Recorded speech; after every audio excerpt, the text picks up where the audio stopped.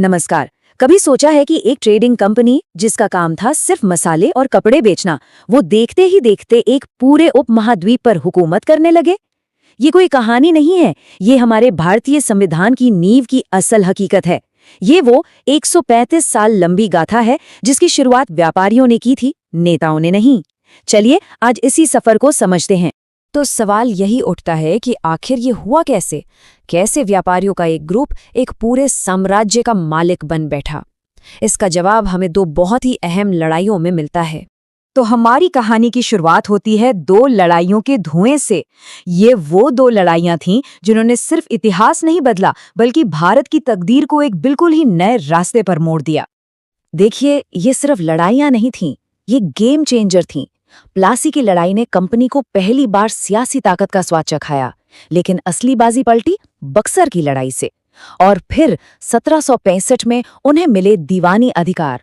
अब इसका मतलब क्या था? इसका मतलब था कि देश की तिजोरी की चाबियां, यानी टैक्स वसूलने और प्रशासन चलाने की पावर, सीधे उनके हाथ में आ गई थी। अब वो सिर्फ व्यापारी नहीं, शासक थे। ये बदलाव किसी भूकंप से कम नहीं था। जरा सोचिए, आज कोई बड़ी मल्टीनेशनल कंपनी अचानक से देश की सरकार बन जाए। बिल्कुल वैसा ही कुछ हुआ था। और यही वो पल था जब लंदन में बैठी ब्रिटिश संसद की नींद खुली। उन्हें एहसास हुआ कि उनकी बनाई हुई एक कंपनी भारत में एक बेकाबू ताकत बनती जा रही है। और देखिए, जब ताकत बेहिसाब होती है तो भ्रष्टाचार भी बेहिसाब होता है। कंपनी के अफसर तो अमीर हो रहे थे, लेकिन कंपनी खुद दिवालिया होने की कगार पर पहुंच गई थी। इसी गड़बड़ा झाले ने ब्रिटिश संसद को दखल देने पर मजबूर कर दिया। और यहीं से भारत में नियम, कानून और कंट्रोल का एक नया दौर शुरू हुआ। तो अब आता है 1773 का रेगुलेटिंग एक्ट। ये एक बहुत बड़ा मोड़ था। पहली बार ब्रिटिश सरकार ने सीधे सीधे दखल दिया। एक नया पद बनाया गया, गवर्नर जनरल, जो भारत में सबसे बड़ा ब्रिटिश अधिकारी था। और न्याय के लिए कैलकाटा में एक सुप्रीम कोर्ट भी बना।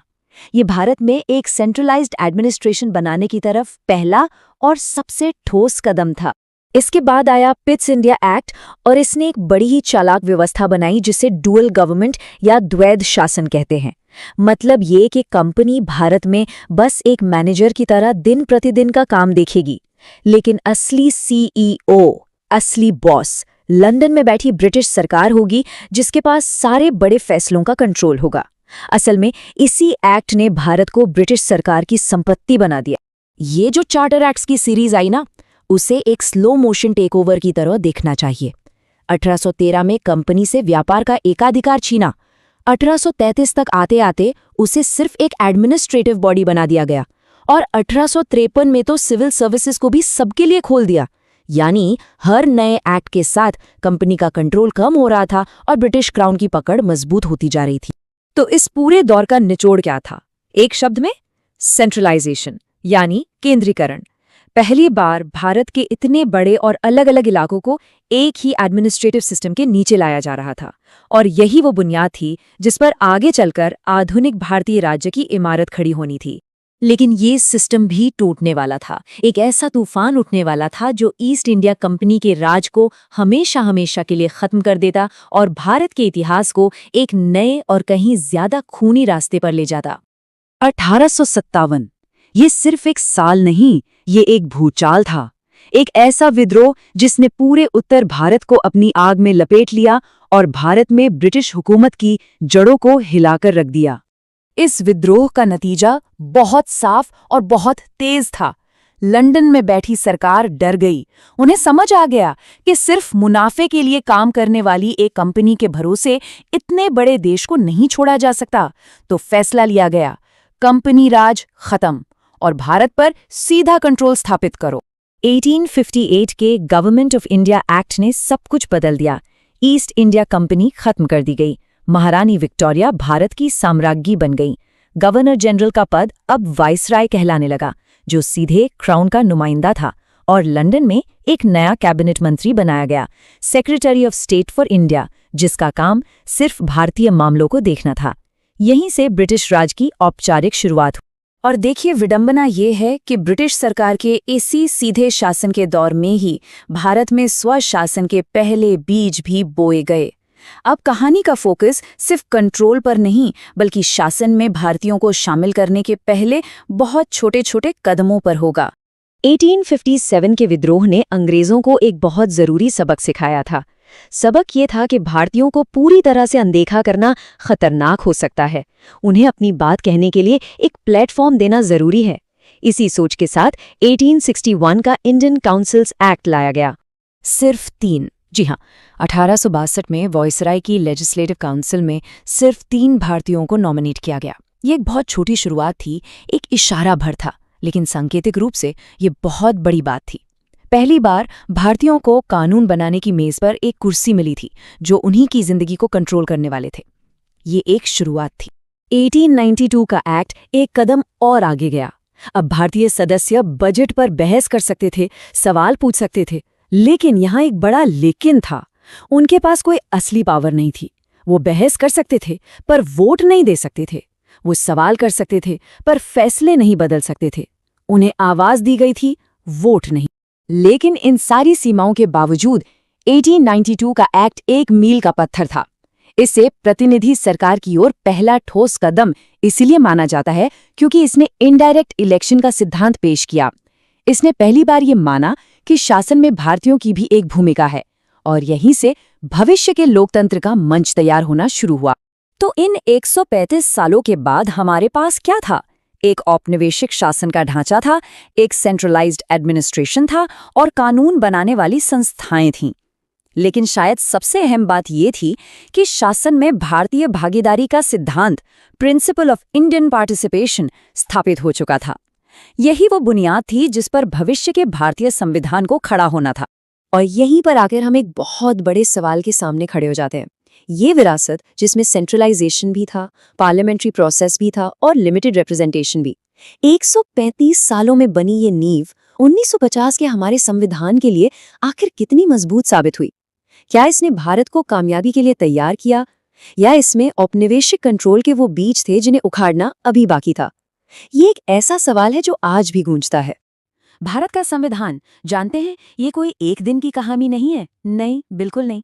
ये तो एक लंबा सफर है, करीब करीब 4 दशकों का। तो चलिए आज इसी दिलचस्प यात्रा को समझते हैं, जिसने हमारे संविधान को वो शक्ल दी जो आज हम देखते हैं। हाँ, तो सवाल यही उठता है कि आखिर एक संविधान बनता कैसे है? क्या ये बस एक दिन में लिख दिया जाता है, या फिर ये दशकों तक चलने वाली एक कहानी होती है? चलिए इसी कहानी में थोड़ा और अंदर चलते हैं और देखते हैं कि कैसे अलग-अलग मांगों, जवाबों और लंबी-लंबी बातचीत ने दुनिया के सबसे बड़े संविधानों में से एक को जन्म दिया। तो इस कहानी की शुरुआत कहाँ से होती है? इसकी जड़ें जाती हैं साल 1909 में। ये वो वक्त था जब भारत में राष्ट्रवाद की लहर उठ रही थी और ब्रिटिश साम्राज्य को पहली बार लगा कि हाँ, कुछ तो करना पड़ेगा। ये उनकी पहली, कह सकते हैं, एक छोटी सी प्रतिक्रिया थी। तो उन्होंने क्या किया? वो लेकर आए 1909 का इंडियन काउंसिल्स एक्ट, जिसे मॉडले मिंटो रिफॉर्म्स भी कहते हैं। अब देखिए, इसमें भारतीयों को थोड़ा बहुत प्रतिनिधित्व तो मिला। लेजिस्लेटिव काउंसिल में सीटें बढ़ाई गईं। पहली बार एक तरह का इलेक्टोरल सिस्टम भी आया, मतलब प्रतिनिधि सरकार की तरफ ये पहला कदम था। लेकिन इसमें एक बहुत बड़ा पेंच था, एक ऐसी शर्त जो आगे चलकर बहुत विवादास्पद साबित हुई, और वो पेंच था सेपरेट इलेक्टोरेट का। इसका मतलब क्या था? इसका मतलब था कि मुस्लिम समुदाय के लोग सिर्फ अपने मुस्लिम उम्मीदवारों के लिए ही वोट करेंगे। इसे ही तो अंग्रेजों की डिवाइड एंड रूल, यानी फूट डालो और राज करो, की नीति का सबसे बड़ा उदाहरण माना जाता है। और यहीं से उस सांप्रदायिक राजनीति की नींव पड़ी जिसकी गूंज हमें आने वाले कई दशकों तक सुनाई देने वाली थी। अच्छा, अब कहानी आगे बढ़ती है। पहले विश्व युद्ध के बाद अंग्रेजों ने एक और बड़ा संवैधानिक प्रयोग किया, इस बार प्रांतों में। लेकिन सच कहें तो ये प्रयोग भी अधूरा ही था। उन्होंने एक सिस्टम शुरू किया जिसे कहते हैं डायरकी, यानी कि द्वैध शासन। इसके तहत प्रांतीय सरकार के कामकाज को 2 हिस्सों में बांट दिया गया। और ये स्लाइड देखिए, मामला एकदम साफ हो जाता है। असली पावर वाले सब्जेक्ट्स जैसे पुलिस, रेवेन्यू, कानून व्यवस्था, वो सब गवर्नर के पास रहे। और भारतीय मंत्रियों को क्या मिला? शिक्षा, स्वास्थ्य, कृषि जैसे कम जरूरी समझे जाने वाले विभाग। मतलब असली सत्ता तो अंग्रेजों के ही हाथ में। जाहिर है, इस सिस्टम से बहुत निराशा हुई। तो जब इसकी समीक्षा का वक्त आया तो अंग्रेजों ने 1927 में ब्रिटेन से कमीशन भेजा। लेकिन सोचिए, उसमें एक भी भारतीय सदस्य नहीं था। ये तो एक तरह से सीधा सीधा अपमान था, और इसने पूरे भारत में विरोध की आग लगा दी। हर तरफ एक ही नारा गूंज रहा था, साइमन गो बैक। इस जबरदस्त विरोध के बाद भारतीय नेताओं ने ठान लिया कि बस अब बहुत हुआ, अब वो अपना रास्ता खुद बनाएंगे। और इसी सोच का नतीजा थी 1928 की नेहरू रिपोर्ट। मोतीलाल नेहरू की अगुवाई में ये पहली बार था जब भारतीयों ने खुद अपना एक संवैधानिक ढांचा तैयार करने की इतनी बड़ी कोशिश की थी। इसमें डोमिनियन स्टेटस, मौलिक अधिकार और एक फेडरल स्ट्रक्चर जैसी बड़ी बड़ी बातें शामिल थीं। ये एक ऐतिहासिक पल था। चलिए अब 1930 के दशक में चलते हैं। ये वो दौर था जब भारत के भविष्य को लेकर आमने सामने बैठकर सीधी बातचीत शुरू हुई। लंदन में 3 राउंड टेबल कॉन्फ्रेंस यानी गोलमेज सम्मेलन हुए। मकसद था भारत के संवैधानिक भविष्य पर चर्चा करना। महात्मा गांधी ने भी दूसरे सम्मेलन में हिस्सा लिया, लेकिन माइनॉरिटीज के प्रतिनिधित्व जैसे मुद्दों पर आपसी सहमति बनाना बहुत ही मुश्किल साबित हुआ। और यहीं पर एक बहुत बड़ा संकट खड़ा हो गया। अंग्रेजों ने कम्युनल अवार्ड का प्रस्ताव रखा, जिसमें दलितों के लिए भी मुसलमानों की तरह ही सेपरेट इलेक्टोरेट की बात थी। गांधी जी ने इसके विरोध में आमरण अनशन शुरू कर दिया। तब जाकर गांधी जी और डॉक्टर B.R. अम्बेडकर के बीच एक समझौता हुआ, जिसे हम पूना पैक्ट के नाम से जानते हैं।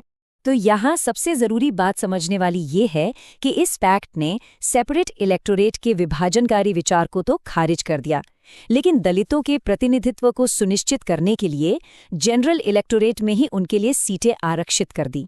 ये एक भारतीय समाधान था।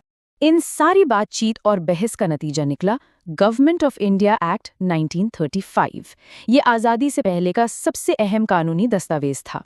इसी ने प्रांतीय स्वायत्तता दी, एक फेडरल कोर्ट और RBI की नींव रखी। और मजे की बात यह है कि हमारे आज के संविधान का एक बहुत बड़ा हिस्सा इसी एक्ट से लिया गया है। और अब हम कहानी के आखिरी और सबसे उथल-पुथल वाले दशक में आ गए हैं।